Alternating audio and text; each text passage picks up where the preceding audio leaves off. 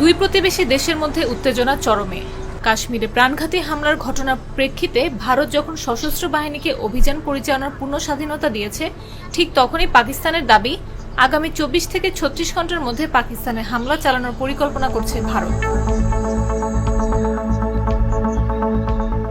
এমন বিশ্বাসযোগ্য গোয়েন্দা তথ্য পাকিস্তানের হাতে আছে বলে জানিয়েছেন পাকিস্তানের তথ্যমন্ত্রী আতাউল্লাহ তারার।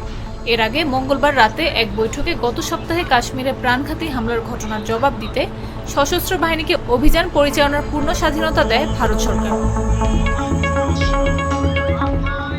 ভারতের এই সিদ্ধান্তের পর ওই দিন রাতেই সাংবাদিকদের সঙ্গে আলাপকালে তথ্যমন্ত্রী বলেন, ভারত পেহেলগামের ঘটনায় জড়িত থাকার ভিত্তিহীন ও বানোয়াট অভিযোগের অজুহাত দেখিয়ে আগামী 24 থেকে 36 ঘন্টার মধ্যে পাকিস্তানের বিরুদ্ধে সামরিক পদক্ষেপ নিতে চায়। এমন বিশ্বাসযোগ্য গোয়েন্দা তথ্য পাকিস্তানের কাছে আছে।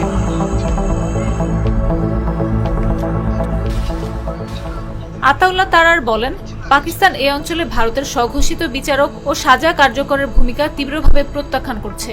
দেশটির এই আচরণ বেপরোয়া। পাকিস্তান নিজেই সন্ত্রাসবাদের বড় ভুক্তভোগী এবং এই অভিশাপের যন্ত্রণা গভীরভাবে অনুধাবন করে। আতাউল্লাহ তারার বলেন, দায়িত্বশীল রাষ্ট্র হিসেবে পাকিস্তান সত্য নিরূপণের জন্য বিশেষজ্ঞদের একটি নিরপেক্ষ কমিশনের মাধ্যমে বিশ্বাসযোগ্য, স্বচ্ছ ও স্বাধীন তদন্তের আন্তরিক প্রস্তাব দিয়েছে। দুর্ভাগ্যবশত যুক্তির পথ অনুসরণ করার পরিবর্তে ভারত স্পষ্টতই অযৌক্তিকতা এবং সংঘাতের বিপজ্জনক পথে হাঁটার সিদ্ধান্ত নিয়েছে, যার পরিণতি সমগ্র অঞ্চল এবং এর বাইরেও হবে বিপর্যয়কর বলেও মন্তব্য করেন তিনি।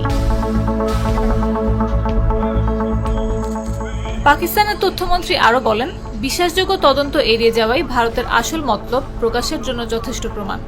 ভারতের এ ধরনের যে কোনো সামরিক অভিযানের জবাব নিশ্চিতভাবে এবং দৃঢ়তার সঙ্গেই দেয়া হবে। যে কোনো মূল্যে পাকিস্তানের সার্বভৌমত্ব ও ভূখণ্ডগত অখণ্ডতা রক্ষায় দেশটির সংকল্প পুনর্ব্যক্ত করেন তিনি। এছাড়াও পাল্টাপাল্টি উত্তেজনা সৃষ্টি এবং এর পরবর্তী পরিণতির দায়ভার সরাসরি ভারতের ওপর বর্তাবে বলেও মন্তব্য করেন তিনি।